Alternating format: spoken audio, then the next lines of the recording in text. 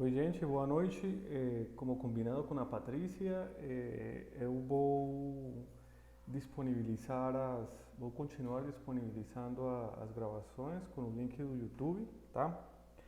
E devido a que a gente precisa deixar registrado, né, que a gente está deixando um espaço para vocês tirar as dúvidas, né? Então eu coloquei o link aqui no portal, né, na parte de grade online, tá? Aí está o link e eu vou ficar disponível, né, no horário de aula caso vocês precisem tirar alguma dúvida, beleza? E eu vou colocar o link dessa gravação como eu estava fazendo da aula, né, no YouTube, certo? Então, gente, olha, a gente já finalizou toda a parte de balanços de energia, né? Considerando as diferentes configurações, né? Que seria a parte de coordenadas cartesianas e coordenadas cilíndricas, certo? Eu tinha falado para vocês que eu ia deixar uma atividade, tá? Referente com a parte do balanço de energia em coordenadas cilíndricas eh, e estava relacionado com a parte da simulação, como estou mostrando aqui para vocês, a simulação de um trocador de calor, né? Aí, essa simulação, eu tinha falado para vocês que era para ser feita no Excel, beleza? Para que vocês vejam como é que a gente aplica a parte de métodos numéricos, né? E como é que vocês conseguem aplicar e resolver um conjunto de equações diferenciais, né? Nesse caso aqui a gente vai utilizar a ferramenta que seria Excel, porém a gente pode utilizar qualquer outro simulador ou linguagem de programação, tá? Eu acho conveniente explicar para vocês aqui no Excel para que vocês vejam o passo a passo, né? Como é que o Excel ele vai resolver esse conjunto de equações diferenciais, tá? Então, essa simulação, eu vou deixar uma atividade para vocês no final daqui da gravação e ela vai contar com a primeira avaliação, beleza, gente? Lembrem que são duas avaliações, tá? Essa primeira avaliação vai ser feita através dessa simulação aqui, né? Então, cada um de vocês tem que fazer a simulação, colocar as equações. Eu vou explicar direitinho no final da aula como que vocês vão colocar essas equações aqui no Excel, como que vocês vão resolver, tá? E tem um parâmetro específico que é a capacidade calorífica, que eu vou pedir que cada um de vocês coloque o RA de vocês, tá? E vocês vão ter que graficar. Então eu vou explicar nessa aula aqui o que é o procedimento, como que são feitos os balanços de energia, tá? E na próxima aula eu simplesmente vou deixar disponível a aula inteira para que vocês tirem dúvidas e eu vou deixar aberta a atividade até a próxima semana e essa atividade vai ser considerada como a prova N1, tá, gente? Então eu quero deixar bem claro, né, que vai ser avaliado. Eu preciso que vocês também entrem no portal e entrem lá no fórum e que vocês deem um ok de que vocês receberam essa informação aqui, esse vídeo, para eu saber que vocês estão sabendo, né, que isso aqui vai ser considerado como avaliação, tá? Então vejam que aqui essa aula está relacionada com simulação de processos no Excel, né? E especificamente, como eu falava para vocês, eu vou explicar como seria a simulação de um trocador de calor, tá? Obviamente porque esse trocador de calor é considerado, a modelagem é feita considerando coordenadas cilíndricas, tá? Então vejam que essa seria a definição do problema, beleza? Suponha que um fluido ele está entrando a 20 graus Celsius, tá? Então vejam que eu tenho aqui o trocador de calor no desenho, tá? Na parte interior do trocador de calor está ingressando, né, um fluido e esse fluido está a uma temperatura de 20 graus Celsius. Ele é alimentado em um tubo cilíndrico de comprimento L igual a 60 metros e um raio, certo? De 0,2 metros a uma taxa de 4 metros cúbicos por hora. Agora, também suponha também que esse tubo troca calor com uma jaqueta cuja temperatura é de 300 graus Celsius. Então, quer dizer que tem um fluido na parte exterior do cilindro que se encontra a uma temperatura a 300 graus Celsius. Então, obviamente, o que a gente esperaria seria o quê? Que esse fluido que está entrando na parte interior do trocador de calor, na tubulação interna, né? Ele vai começar a se aquecer na medida em que ele vai ter uma interação, né? Com esse fluido externo que está a uma temperatura de 300 graus Celsius, tá? Aí a pergunta seria, determina o perfil axial. Então vejam que, lembrem quando a gente falava das coordenadas cilíndricas, em coordenadas cilíndricas a gente tem os três eixos, os três eixos coordenados, né? Que seriam o eixo axial, que está representado em relação com o eixo Z, certo? O raio e o ângulo, certo? Então aqui a pergunta seria, determina o perfil axial. Por quê? Porque na medida em que o fluido ele entra a 20 graus Celsius e ele vai percorrendo a tubulação interna, e na medida em que existe essa interação, né, entre essa troca térmica, pelo fato de existir esse diferencial de temperaturas entre o fluido interno e o fluido externo, certo? Quer dizer que vai acontecer um perfil de temperatura. Essa temperatura no fluido interno ela vai aumentar, ela vai começar em 20 graus Celsius e ela vai ir aumentando até uma temperatura específica quando ele atinge o comprimento que seria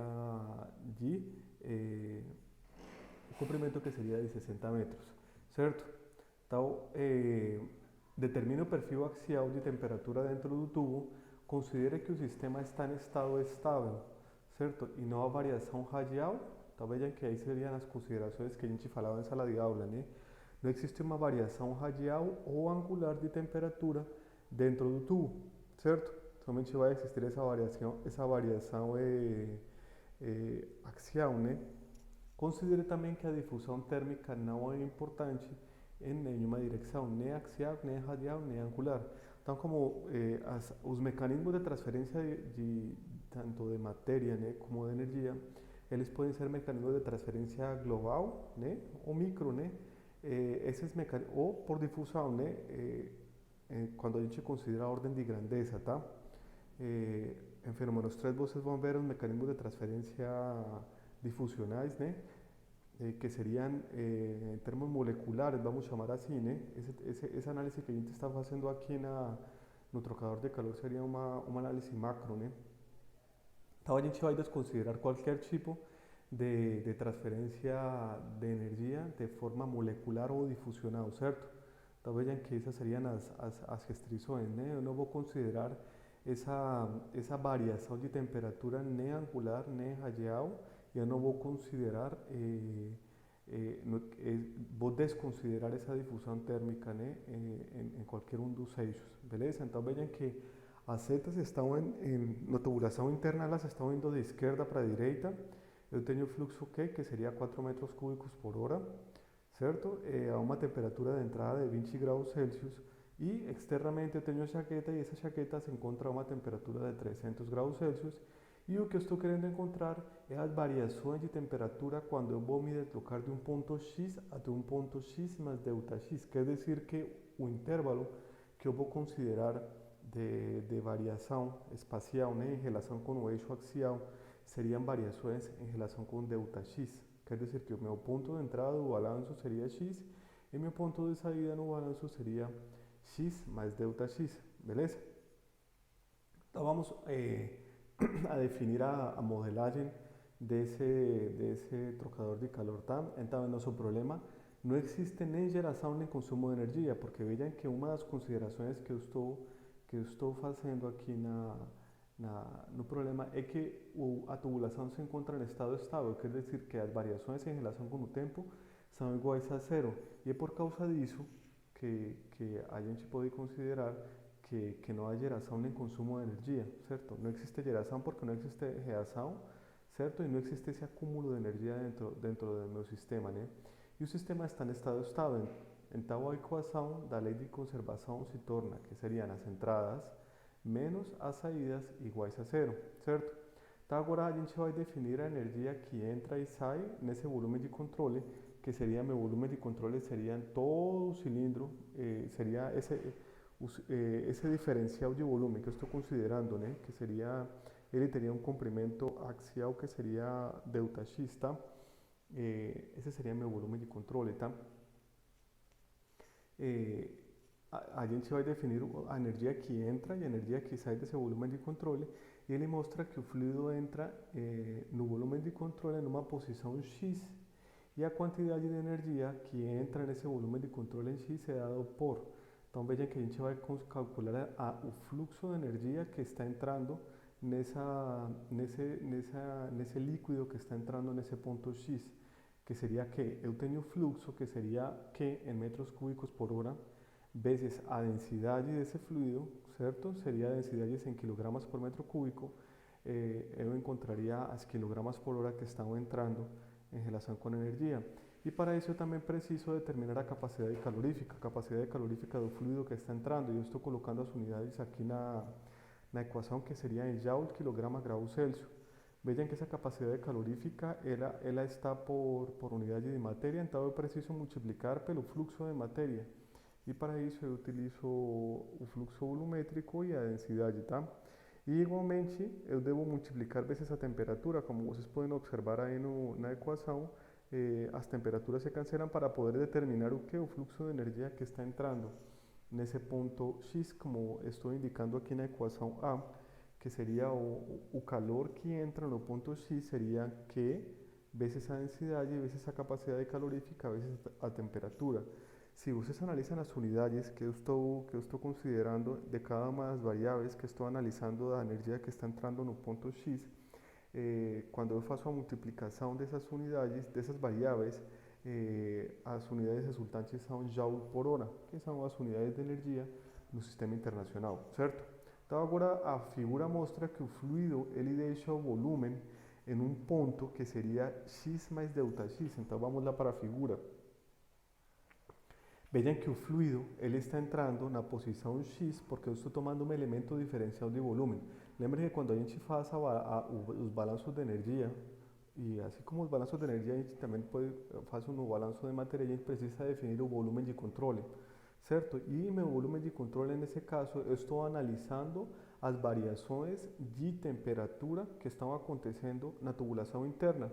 Certo? Obviamente, estou considerando que a temperatura externa da jaqueta ela permanece constante. Seria a minha suposição, tá? E estou considerando que internamente existe uma variação de temperatura na tubulação interna. E essa variação de temperatura acontece em relação com o eixo, uma variação axial. E axialmente, eu considero dois pontos. Um ponto 1, que seria um ponto de entrada como sendo X, e o ponto de saída como sendo X mais ΔX. Beleza? Então aqui seria, a figura mostra que o fluido deixa o volume de controle em X mais ΔX, certo? Seria meu ponto de saída. A fim de obter uma quantidade de energia, a quantidade de energia que sai do volume de controle, a gente vai utilizar o conceito de variação infinitesimal da variável dependente, que seria em relação com a variável independente, certo? Então vejam que a gente está considerando que existe uma quantidade de energia que está entrando, como estou colocando aqui na tabela. Essa energia seria o fluxo volumétrico vezes a densidade vezes a capacidade calorífica vezes a temperatura. Essa seria a minha energia por unidade de tempo que entra. E a energia por unidade de tempo que sai seria o quê? O que entra mais a energia que está recebendo da tubulação externa. E essa energia seria qual? A variação em relação está representada, né? Como estou colocando aqui em vermelho, a variação infinitesimal da variável dependente, que seria o quê? A temperatura, em relação com a variável independente, que seria o quê? A posição. Quer dizer que eu estou analisando uma variação de energia em relação com a posição. E como é que ela fica representada? Ela fica representada como a derivada do fluxo volumétrico vezes densidade vezes capacidade calorífica vezes temperatura, variação em relação com o eixo X vezes ΔX. Esse termo quer dizer o ganho que o fluido está tendo de energia quando ele está percorrendo esse elemento de volume com um comprimento ΔX. Então, como ele já está entrando com uma energia, certo? Essa energia seria Q, densidade, capacidade calorífica, temperatura, mais o ganho de energia quando percorre esse elemento de volume ΔX. E tanto no caso da energia que entra como no caso da energia que sai, as dimensões seriam joule por hora, certo? Quer dizer que o calor que deixa o elemento de volume em X mais ΔX seria o que entra mais o ganho, certo? E estou colocando aqui que há também uma troca de calor por convecção com a jaqueta, certo? Por quê? Porque a gente está considerando o fluxo de energia que entra e que sai no ponto X mais delta X. Porém, também está acontecendo esse fluxo de energia. Vou voltar aqui para o caso do diagrama. Se vocês percebem, existe uma interação entre o fluido da jaqueta com o fluido dentro da tubulação interna. E essa troca de calor acontece por dois mecanismos. Inicialmente seria o fluido externo na jaqueta entra em contato com a tubulação e esse contato seria por convecção, certo? E internamente, dentro da tubulação, dentro da parede da tubulação interna, existe uma troca de energia, certo? Que seria por condução, certo? Então a gente deve representar essa troca de energia. E como é que a gente chega a representar essa energia?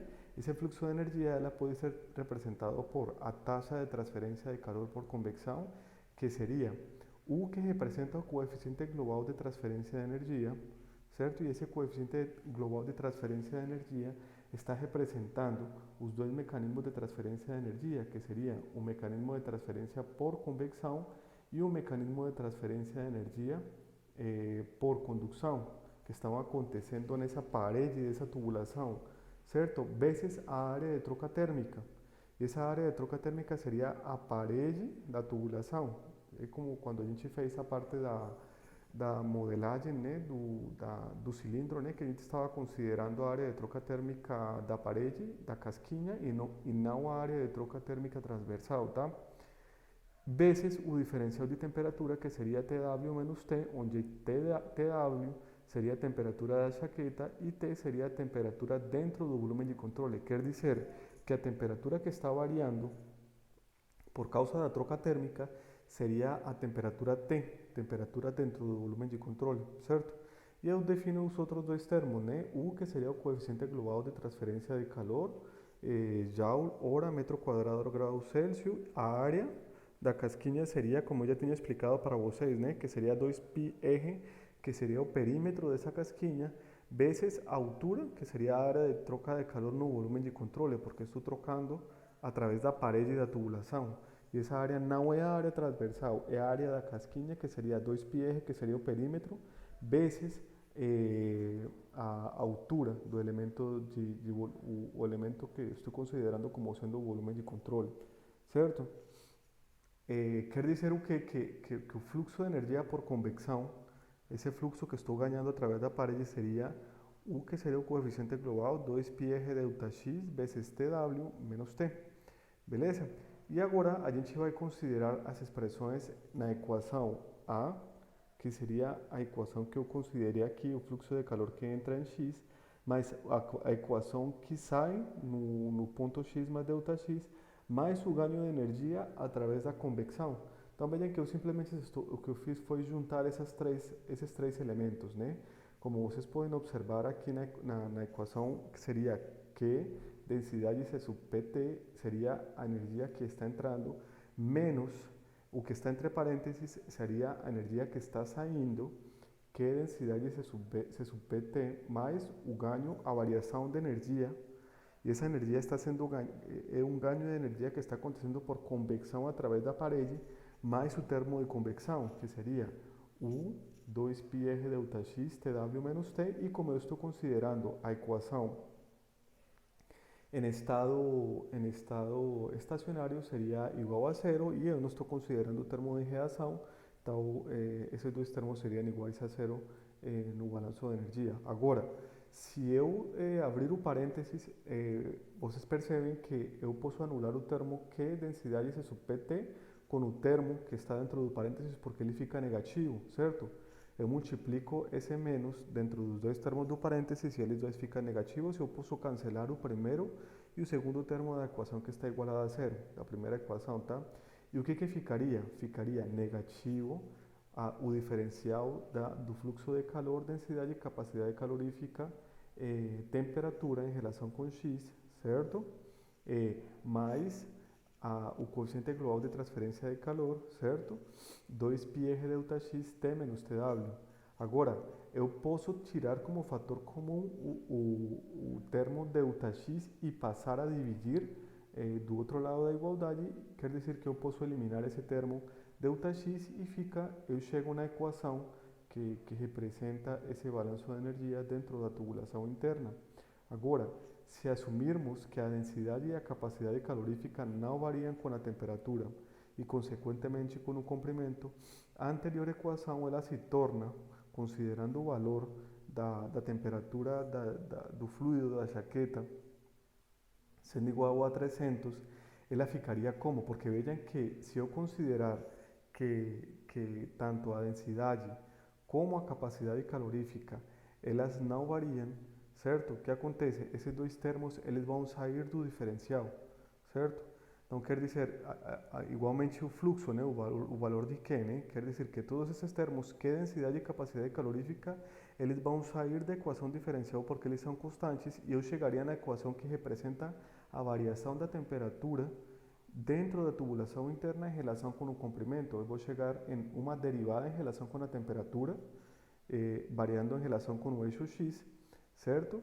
E esse termo ele pode passar para o outro lado da igualdade, ele fica positivo e ele depois, os termos que são constantes, eles passam a dividir e ficaria a equação que está representada na parte inferior aí do slide, que ficaria derivada da temperatura em relação com o eixo X, seria igual a 2π, R, que seria o raio, coeficiente angular de transferência de calor, Q, que seria o fluxo volumétrico, densidade e capacidade calorífica, 300 menos T, certo? Com a condição limite que a gente tem de que na posição x igual a zero, a temperatura, que seria a condição conhecida, lembrem que quando a gente para poder aplicar os métodos numéricos, né, e quando a gente vai entrar a resolver, né, essas equações diferenciais ordinárias, né, a gente precisa de uma condição inicial, quer dizer que a gente chegou nessa equação diferencial, a gente precisa de uma condição limite. E essa condição limite seria qual? Que em x igual a zero, se a gente considerar o sistema de coordenadas, a origem do sistema de coordenadas no ponto de entrada do fluido, quer dizer que no ponto de entrada, em x igual a zero, eu tenho minha origem do sistema de coordenadas, e exatamente nesse ponto minha temperatura será igual a quanto? A 20. E obviamente essa temperatura ela vai aumentando na medida em que o fluido da tubulação interna vai entrar a interagir com o fluido da jaqueta, quer dizer que essa temperatura começa a aumentar. Porém, minha condição limite é que na posição x igual a zero, eu tenho que minha temperatura será igual a quanto? A 20, certo? Então a gente chega nessa equação que está aqui na parte inferior do slide, quer dizer que a gente chega na equação diferencial e a gente chega que na posição x igual a zero, a temperatura é igual a 20 graus Celsius. Então vejam que essa equação ela é bem importante porque ela está mostrando para a gente como é que varia a temperatura em relação com a coordenada x, a variação axial da tubulação. E ela depende do que? Do coeficiente 1, do raio, do fluxo volumétrico, da densidade e da capacidade calorífica, certo? Então a gente precisa resolver essa equação diferencial para o quê? Para encontrar esse perfil que a gente chama, né, de variação de temperatura em relação com o eixo X, certo? Agora, como estou colocando aqui, a equação que a gente obtém do balanço de energia em estado estacionário seria uma equação ODE, que é uma equação diferencial ordinária, certo? E agora, para entender como resolver essa equação diferencial ordinária, a gente vai utilizar a ferramenta Excel, né? E a gente vai começar com o exemplo simples, que seria uma equação diferencial ordinária, que foi a que a gente acabou de obter, né? A equação abaixo representa o aumento axial da temperatura em estado estacionário de um fluxo de líquido em um tubo cilíndrico de 60 metros, trocando calor com a jaqueta, certo? Quer dizer que a gente tem a equação diferencial que a gente acabou de obter e a condição limite, certo? E essa equação diferencial, essa equação ela pode ser representada como estou indicando para vocês aqui na equação do lado do meio, para facilitar a resolução, tá, gente? Seria fx, porque a equação diferencial ela está variando em relação com x, certo? E a temperatura, né, ela é igual a m. M seria o quê? O conjunto de parâmetros 2πr1 que ρ C sub p vezes 300 menos t. Então quer dizer que estou simplificando, eu juntei todos os termos que são constantes em um único termo que estaria representado pela letra m. E a gente vai resolver essa equação diferencial, certo? Vejam que estou colocando aqui em cada um dos termos. M seria igual a U2πr dividido entre Q roce sub P, e é um termo que é constante, obviamente, porque cada um dos termos eles são constantes, né? O raio é 0,2 metros, U, que será o coeficiente global de transferência de calor, a gente vai considerar como sendo 60.000 Joule-hora, metro quadrado, grado Celsius. A vazão volumétrica está dada lá na definição do problema, que seria 4 metros cúbicos por hora. A densidade seria a densidade do fluido, que seria 900 kg por metro cúbico. E C sub P seria o calor específico do fluido, que seria 3.000 Joule/kg, grau Celsius. Então a gente vai considerar cada um desses termos, a gente vai calcular o valor de m e a gente vai entrar a resolver essa equação diferencial ordinária. Beleza? Agora, do ponto de vista didático, vamos começar a resolver uma equação diferencial ordinária e a gente vai considerar o método de Euler. Tá? É um dos métodos para integração numérica, é resolver equações diferenciais numéricas, e que a gente pode utilizar para resolver aqui no caso do exemplo que estou apresentando para vocês, tá? Então agora, de acordo com o método de Euler, as variáveis independentes e dependentes em x igual a 1 podem ser calculadas com base na condição em x igual a 0, usando essas equações que estou entregando para vocês. Primeiro, vejam que x1 é o passo que eu estou considerando em relação com o espaço. Vejam que x1 ela é calculada na equação que eu estou mostrando para vocês aqui de x1 é igual a o valor de x0 mais o passo h. Esse h é o mesmo delta de x que estou representando aqui nessa figura. H seria equivalente, né, ao valor delta x, tá? E ele serve para calcular a seguinte posição, no qual eu vou determinar a temperatura, que seria o ponto x1, certo? Agora, meu interesse é calcular a temperatura no seguinte ponto. O que eu preciso para calcular essa temperatura? Eu preciso ter a temperatura no ponto inicial, mais um valor de K1, e esse K1 seria a equação F que estou mostrando para vocês aí no slide, e ela é uma equação que depende do que? Das condições de posição e temperatura inicial. Vejam que estou mostrando aí para vocês, T1 é igual a T sub 0 mais um valor de H vezes a função a x0 T sub 0, e agora já vou mostrar para vocês como é que a gente vai calcular a fórmula de recorrência, né? Porque através dessa fórmula a gente vai calculando as temperaturas nos diferentes pontos e que eles vão variando em relação com o valor do H, certo? Quer dizer que o valor de y1 ou o valor de temperatura 1 seria o valor de temperatura T sub 0 mais H F x sub 0 y sub 0, que seriam as condições anteriores, e assim sucessivamente, né? y2, que seria a temperatura no ponto 2, ele vai ser igual à temperatura anterior, que seria a temperatura no ponto 1, mais o valor do H, certo? E aí já vou explicar para vocês em Excel o que representa esse H, certo? Vezes a função x1, x1, x1 e y1, tá, gente? Quer dizer que eu sempre vou considerar as posições anteriores, tá? Quer dizer que eu vou ir calculando os diferentes valores de temperatura, considerando os valores anteriores, de posição e de temperatura anteriores, até chegar no comprimento total, que seria o comprimento de 60 metros, tá? E para isso eu utilizo a última fórmula, como estou mostrando aqui para você no slide, que seria igual a yn mais 1 seria igual a yn, y obviamente estaria representando a minha temperatura, mais o valor do H, certo?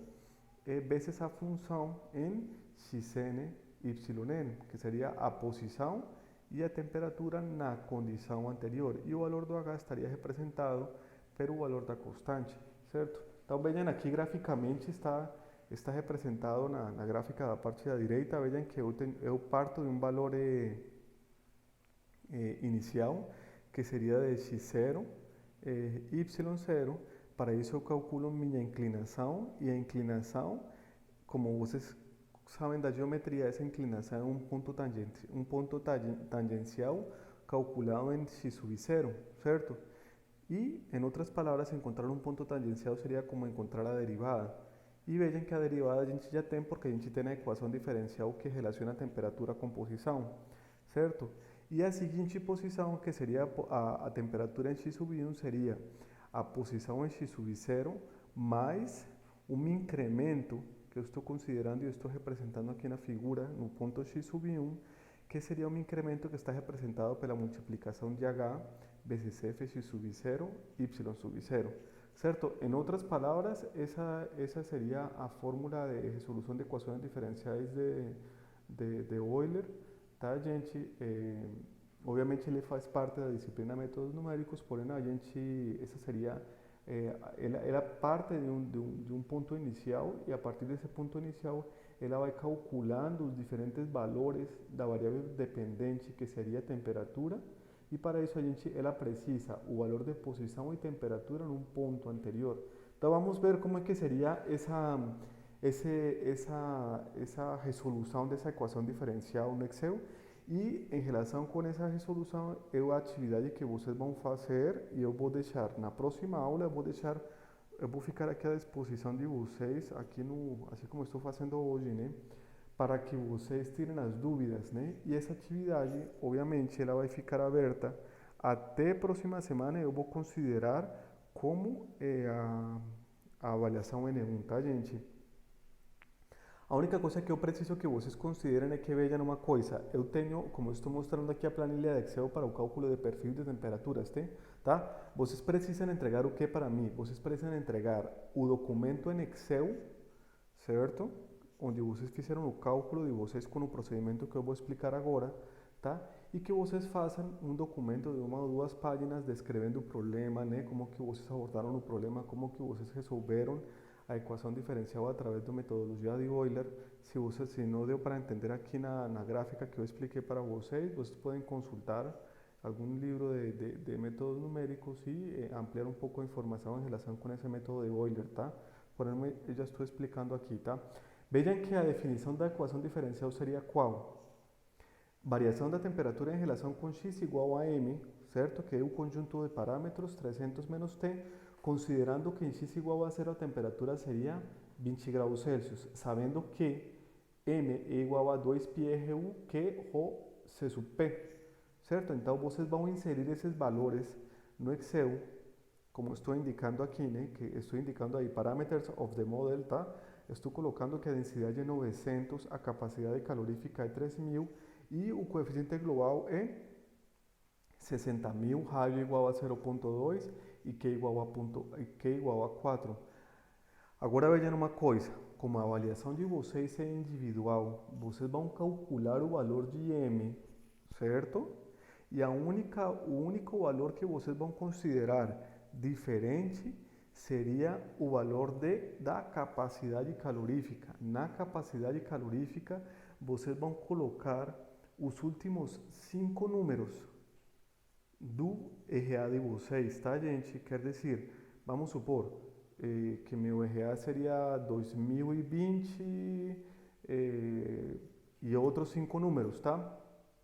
Então, eu vou considerar, para resolver essa equação diferencial, a densidade de 900, a capacidade calorífica, os 5 últimos números de meu RA, coeficiente global de transferência de calor 60.000, R 0.2 e Q igual a 4.